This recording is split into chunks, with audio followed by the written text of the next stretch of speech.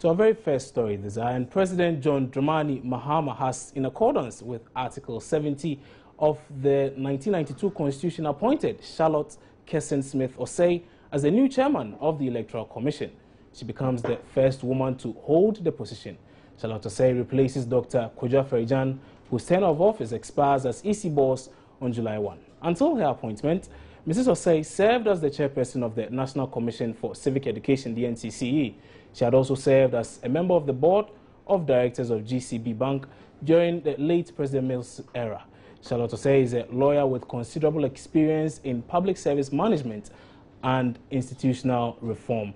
Former Chief Director of the Electoral Commission and Director at the Center for African Democratic Affairs, Kwame Damwajiman, says as long as the new EC chair consults and works with existing staff at the EC, she could succeed at her new job. It's a plus for the whole country, and what advice I can give is that they should comply with all the laws pertaining to the conduct of our election. You know, it is said that an election is as good as the laws that guide it. So we should first review all the laws and ensure that they all conform to democratic practice. That's one. Then the staff, the directors and so on, they are seasoned officers. They should never leave them out. Constant consultation. And the same thing too, we should realize is in a 7-member team. And so it should not act in isolation. Always African democratic practice is consultation and consensus. Get a consensus decision at the commission before you make any policy. And then it should institutionalize the planning of all exercises in the sense that they have to get a calendar, usually 1 year calendar of activities that should happen. An election is a process, it's not an event. So you have to plan everything so that it goes one from the other to the other, and the election day will be the culmination factor. So all these things should be put in place, and with that and God on her side, she will succeed. Is it disappointing, though, that we didn't pick somebody from within the Electoral Commission as it is? Well, the staff there are career officers, and you serve in any capacity within the country, the service of the public. But I would rather prefer that the policy-making body to be seen as such from the staff. The staff, they are technically inclined. It would have been good. But given the fact that the commission hasn't got a legal department, I will always advocate for at least one of the members in the, at the top, that's the 7, to have a legal background, especially for the interpretation of laws, so that they will always be respecting the laws of the land. So I would advocate for internal appointments just for the sake of it. So with barely some 18 months to the next general elections, do you think that that's enough time for her to settle in and be the head, direct the affairs of the 2016 elections? Well, she can settle in depending on how she manages the resources at hand. For instance, I talked about the director. They have gone through several phases of the election. And so the key thing is the calendar. If we have 18 months to the national elections, they should first review the previous elections, what went wrong, what went good. Pick the good ones and try to rectify the bad ones. If it is the law, immediately you make it. And the election calendar, you prepare it by first focusing on the D-Day. If the election is 18 months ahead, know the election day. Fix it and work all the other processes that will be done to accumulate on the election day. Work it backwards.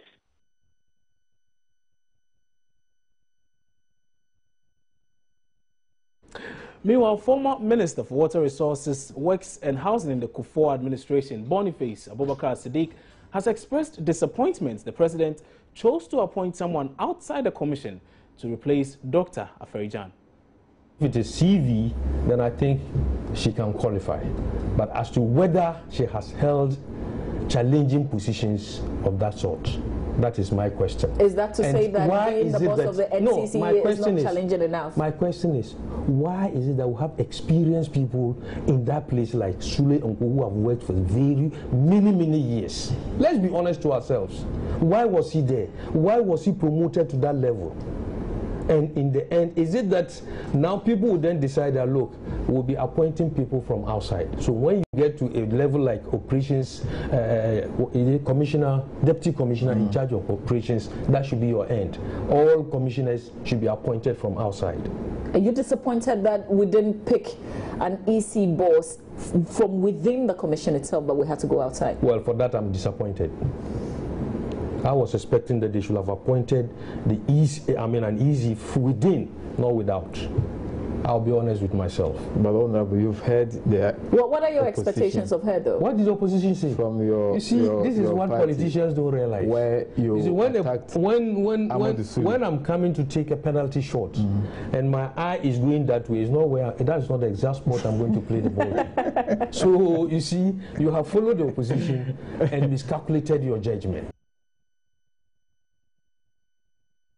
Let's get some views on this. Joining me on the phone lines now is Dr. Evans Agridak, who is a senior lecturer at the University of Ghana Political Science Department. Doc, good morning and thanks for joining us on News Desk.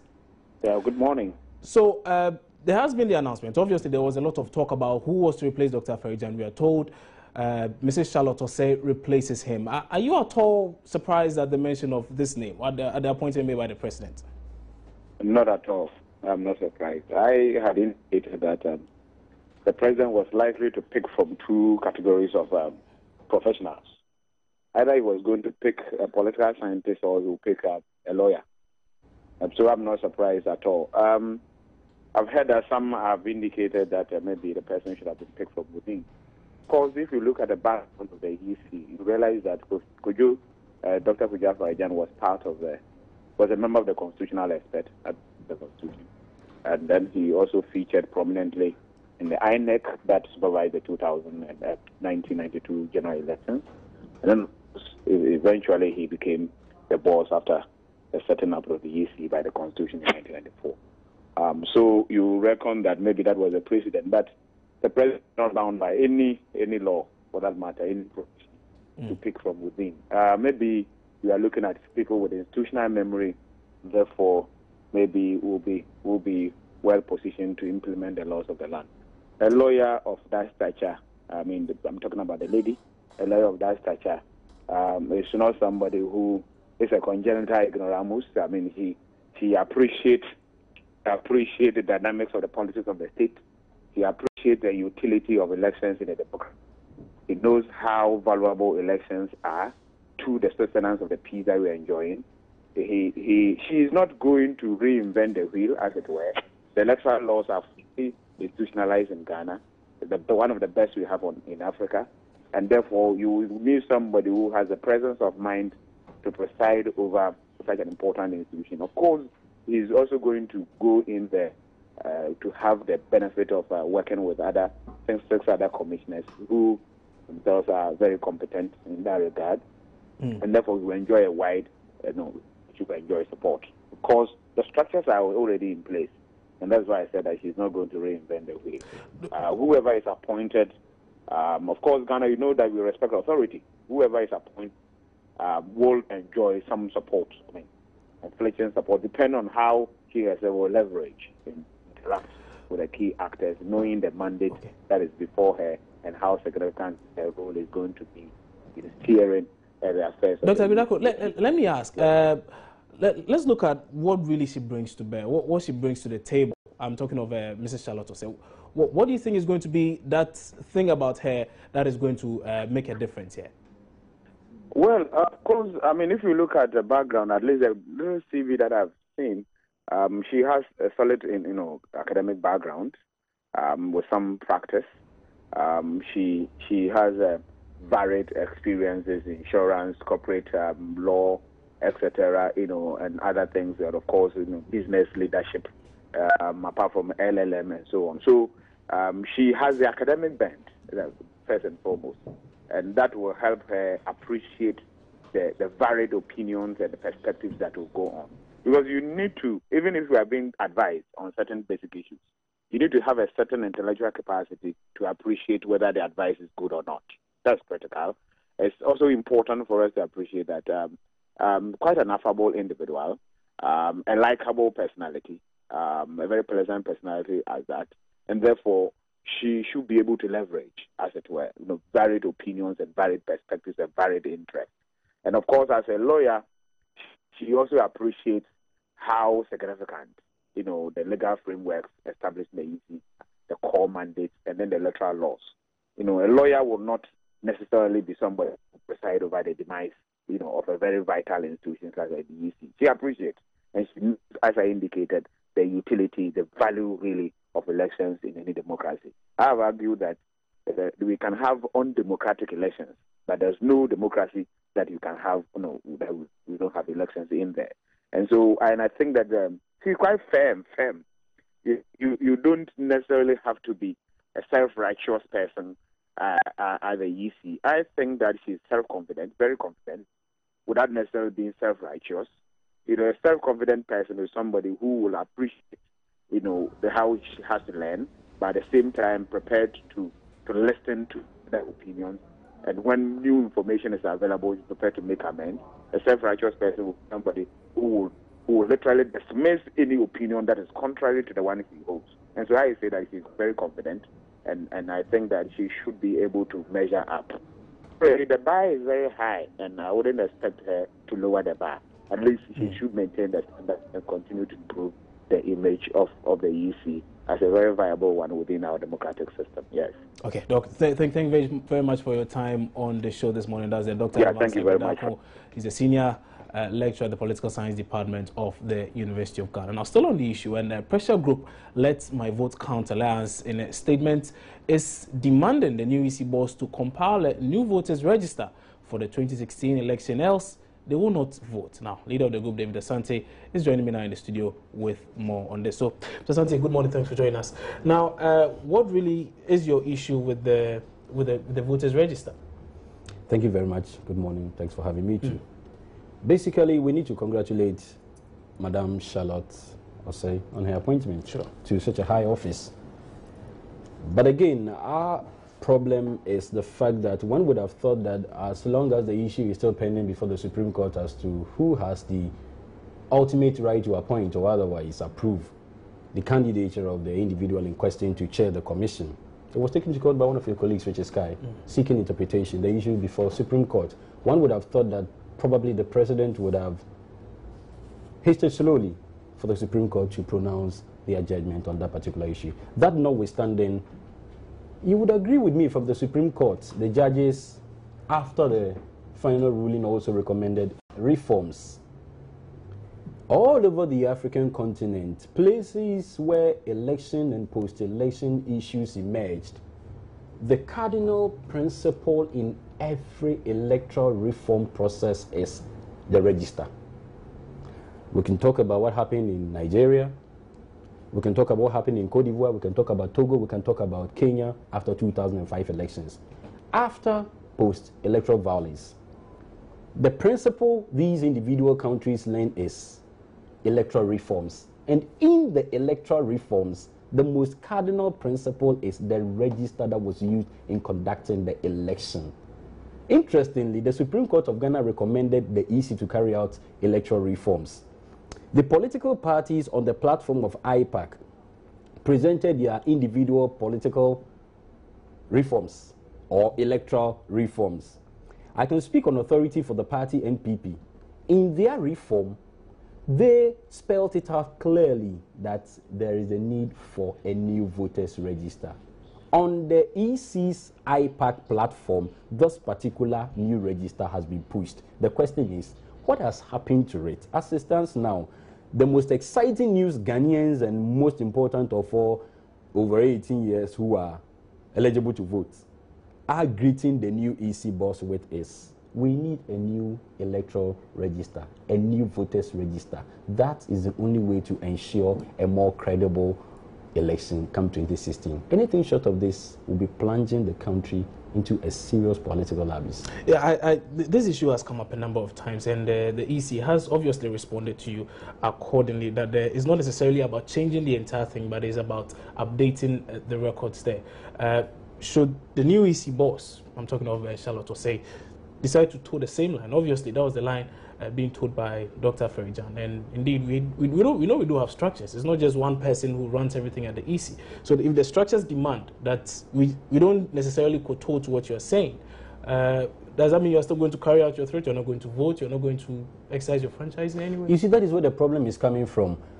Most Ghanaians have, in the last few years or so, come to terms with the fact that the former EC boss, Dr. Afari Gyan, did not end his term of office very well. So the honorable woman, Charlotte, coming to do exactly what Dr. Afari Gyan did, coming to continue the status quo, will amount to nothing but polishing an old furniture on a sinking ship. It's a dangerous thing for Charlotte Osei to come and toe the same line Dr. Afari Gyan did to get into the latter part of his tenure of office. It will be very suicidal for our political journey as a nation.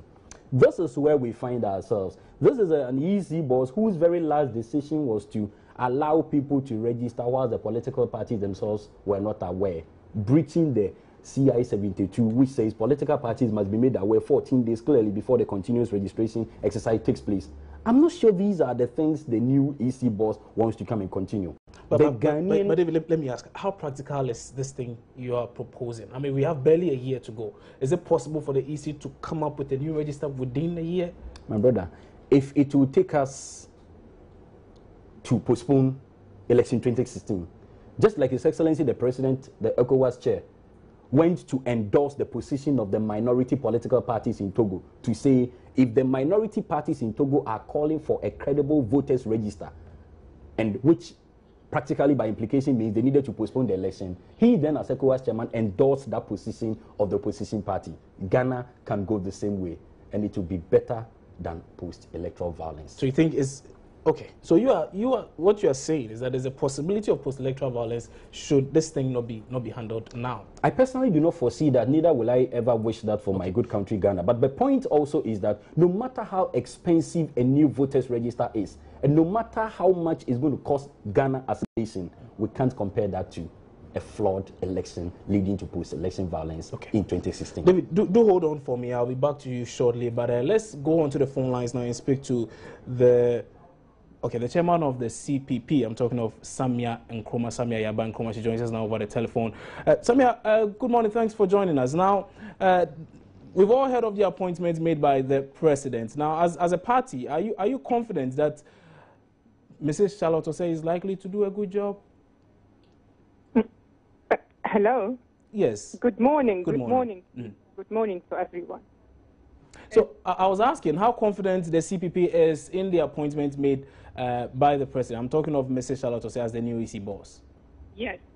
First of all, I must say that as a woman leader, we are happy with this appointment. Any woman or any news of a woman who reaches a leadership position in any sector, whether elected or appointed, is very, very good news for us. And because of that, because of our confidence in our women to effect change, to bring about freshness into the political process, we believe that Charlotte Osei must exhibit certain qualities that our democracy demands today. We want to see a very independent EC. We want to see an EC that is transparent, definitely more transparent than in the past. So I agree with those who've called for a new voters register, a fresh one, a credible voters register, because we all know and what happened in 2012, and many of us were not satisfied with the state of affairs. Equally important, that there has to be transparency in the recruitment. the temporal staff, the polling station officers and the like, must be appointed or hired in a very transparent manner. So there are a few things I think we expect from the new EC chairperson. Okay, transparency, freshness, and independence. Independence of the Electoral Commission. Democracy must deliver, and it can only do that if we follow a set of values or principles. Transparency, freshness, reform. Let's listen. Why consultation? Let us try and implement the reform we talked about. Samia, let me ask, are you by this suggesting that the EC over the period has not been at all independent, or say, okay, you also spoke of what? Freshness and transparency. The EC has not been transparent and independent this whole time? I did not say that, but I said mistakes happen, certain things happen that we were not very happy about, and we need to correct them. And I trust that a woman, a young, a dynamic woman, is in a good position to make things better. We are not saying everything was bad, but we are saying there were problems with the voters register, there were problems with the recruitment of staff, of polling station officers. Everybody knows that. Everybody was talking about that. So for heaven's sake, let us have the courage to correct our mistake. So some have raised issues about she being a lady, that there's a tendency that she may be soft when it comes to, looking at the political landscape. It usually gets a bit tough sometimes, and it gets the tension brews up. Some are saying she may not be able to stand the heat. She may break at a point. Is that an assertion you agree with, and why or why not? No, of course, naturally, you must understand that I can't agree with that. As a woman leader, as a woman who's always competed with confidence, with my male colleagues, obviously I wouldn't subscribe to that at all. And on the contrary, I would say that, if I may, I would like to echo Osajib Kwame Nkrumah's words that, a country's progress, I believe, must be marked by the political maturity of our women. No upheaval, no positive upheaval happens without the full participation and involvement of women. So, needless to say, I feel more women leaders is good for Africa, it's good for Ghana, Africa, and humanity. So, I think we are, on that score, we are happy with this development. But we want to see the strong feminine qualities exhibited in the new EC chairperson. Greater transparency, please. Freshness and independence. We want to see a very independent EC. We believe in democracy. Democracy must deliver to the people, and the manner in which we proceed with our democracy lies to a large extent on not just the EC chairperson, but the whole team, as you were saying earlier. So we believe, we want to uphold the best of policies in our Electoral Commission. Okay. And we have every faith that they will listen. They will listen, the leaders of the EC will listen this time round. So yes, new voters register. I agree with the people who spoke earlier. By all means, it will go a long way, I think, into calming many nerves. Okay. All right. By all means. Samia Yaba Nkrumah, thank you very much for your time on News this morning. That's Samia Yaba Nkrumah. She's the chairperson of the Convention People's Party. Now, I still have David Asante here with me. He is with Let My Vote Count. And David, you seem to have a few people agreeing with you on we going for a new voters register. And you are saying we should go for it regardless of the cost implications here. Yeah, it is plain. You see, I cited a critical example of countries that had problems in their election. The new voters register has always been one of the key areas to look at in enforcing and implementing new electoral reforms. All these countries I mentioned had problems in their elections, and after that, the lesson they learned was to reform their entire electioneering process. And the most important point they looked at was the register. Why can't we take a simple lesson from these countries? Do we want to go the Kenyan way before we come back to learn such a lesson? Or want to go the Ivory Coast way before we come to learn the lesson? It is plain. We are so happy the woman has been appointed. We know her political leanings. You do know her political leanings? Yeah, we do know an leanings. authority. She strongly belongs to the NDC. But that is not the point here. The most important point is she's a Ghanaian. She's a professional. We expect that she deliver her utmost best. The most important thing is she's 42. She exits at the age of 72. She has about 6 elections to supervise. Very critical.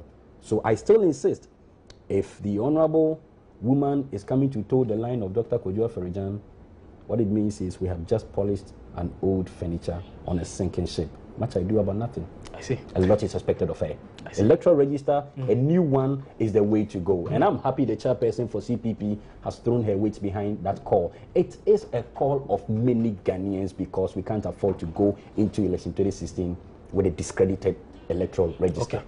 All right, David, thank you very much for your time. But you know, there's a very high possibility we may not have that in you, but I'm sure that'll be a discussion for another day. That's David Asante with Let My Vote Count There.